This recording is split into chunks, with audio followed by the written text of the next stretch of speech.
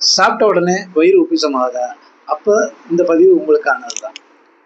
அதை பற்றி தெரிஞ்சிடும். ஹாய், ஐ ஆம் டாக்டர் செல்ல செந்தாமன் செல்வன், அறந்தாங்கிலிருந்து. பொதுவாக பார்த்தோம்னா எல்லாரும் சொல்கிறது என்னென்னா, சார் நான் கொஞ்சம் சாப்பிட்டாலும் எனக்கு வயிறு நல்லா உப்பிட்டு சார், ஊதுது. அடுத்து பார்த்தீங்கன்னா, சார் எனக்கு கொஞ்சம் சாப்பிட்டாலுமே எனக்கு அப்படியே திணறடியாக இருக்குது, எது சாப்பிட்டாலும் திணறடியாக இருக்குது.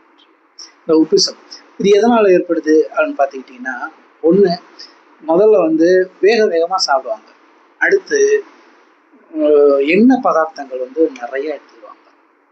அடுத்து பார்த்தீங்கன்னா மலச்சிக்கல் காரணமாக கூட வயிறு அடுத்து பார்த்தீங்கன்னா குளிர்பானம், அதே வாயு தரும் பொருட்கள்லாம் சாப்பிட்டா இந்த பிரச்சனைகள் வரும். ரொம்ப முக்கியம் பார்த்தீங்கன்னா, என்கிட்ட வர்ற நிறைய பேஷண்ட்டை நான் கேட்குற கேள்வி, இந்த மாதிரி பிரச்சனை இருந்துச்சுன்னா நான் கேட்குற கேள்வி, நீங்கள் வந்து மாவு வீட்டில் அரைப்பீங்களா? மாவு, அந்த மாவு எத்தனை நாள் ஃப்ரிட்ஜுக்குள்ள வச்சு சாப்பிடுவீங்கன்னு கேட்பேன். சார் சில பேர் சொல்லுவாங்க, சார் நான் வந்து 5 நாள் வச்சு சாப்பிடுவேன் சார். சில பேர் பெருமையாக சொல்லுவாங்க, சார் நாங்கள் ஞாயிற்றுக்கிழமை அரைக்கிறது நாங்கள் சனிக்கிழமை வரை வச்சிருந்து சாப்பிடுவோம் சார்.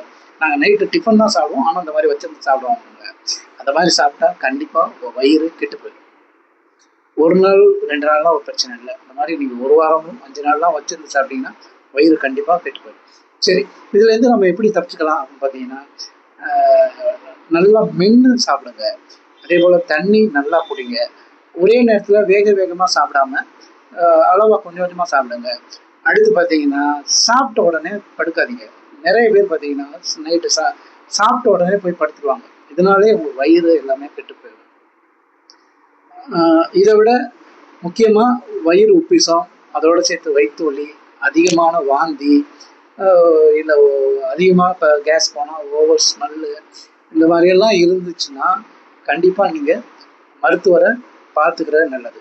நம்ம ஹோமியோபதி மருந்தை நீங்கள் வந்து வயிறு உப்பிசத்துக்கு நல்ல மருந்துகள்லாம் இருக்குது, நீங்கள் பயன்படுத்திக்கங்க.